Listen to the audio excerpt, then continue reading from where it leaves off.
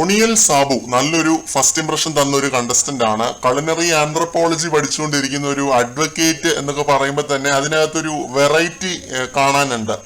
സംസാരിക്കാനാണെങ്കിലും വളരെയധികം കേപ്പബിൾ ആയിട്ട് എനിക്ക് ഫീൽ ചെയ്യുന്നുണ്ട്. ഇതുവരെ വന്നവരിൽ ഏറെ പൊട്ടൻഷ്യൽ കാണുന്ന ഒരു കണ്ടസ്റ്റന്റ് ഇദ്ദേഹം മാത്രമാണ് എന്ന് വേണമെങ്കിൽ പറയാം. പിന്നെ ബിന്നി നൂബിനും കൊള്ളാം. ചൈനയിൽ MBBS പഠിച്ചൊരു ഡോക്ടർ ടേൺഡ് അബദ്ധത്തിൽ ആക്ട്രസ് ആയ ഒരു വ്യക്തി എന്നൊക്കെ പറഞ്ഞിട്ട് അവൾ വളരെയധികം നെർവസ് ആയിരുന്നു ലാലേട്ടന്റെ മുമ്പിൽ. ബോൾഡ് ആയിട്ട് സംസാരിക്കുന്ന ഒരു വ്യക്തിയായിട്ട് ഫീൽ ചെയ്യുന്നുണ്ട്. അവൾ നെർവസ്നെസ് ഒക്കെ മറച്ച് വളരെ ബോൾഡ് ആയിട്ട് സംസാരിച്ചു. നല്ല ഫസ്റ്റ് ഇംപ്രഷൻ ആയിരുന്നു.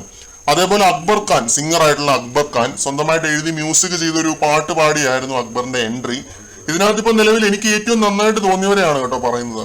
RJ വിൻസി, കലാഭവൻ സരിക, ആര്യൻ കട്ടോരിയ, അഭിലാഷ്, റെന ഫാത്തിമ ഒക്കെ ഒരു സൈഡിലുണ്ട്. അവര് മോശമാണെന്നല്ല പറയുന്നത്.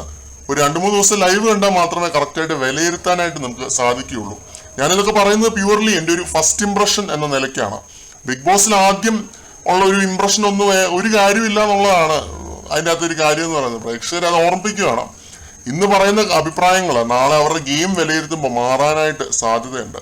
എന്തായാലും സ്റ്റേജ് തൂക്കി എന്നെനിക്ക് തോന്നിയത് ഒണിയൽ സാബുവും അക്ബർ ഖാനുമാണ്. പിന്നെ ഒരു പരിധിവരെ ബിന്നിയും. എല്ലാ സീസണിലും ഉള്ള പോലുള്ള മറ്റൊരു ഏഷ്യനെറ്റ് പ്രോഡക്റ്റ് ആവില്ല എന്ന് എനിക്ക് തോന്നുന്നുണ്ട്. നന്നായിട്ട് കളിക്കുമായിരിക്കും.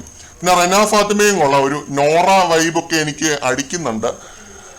10 പേരിപ്പോൾ നിലവിൽ എൻ്റർ ആയിട്ടുണ്ട്. മറ്റൊരു അപ്ഡേറ്റുമായിട്ട് നമുക്ക് വീണ്ടും കാണാം.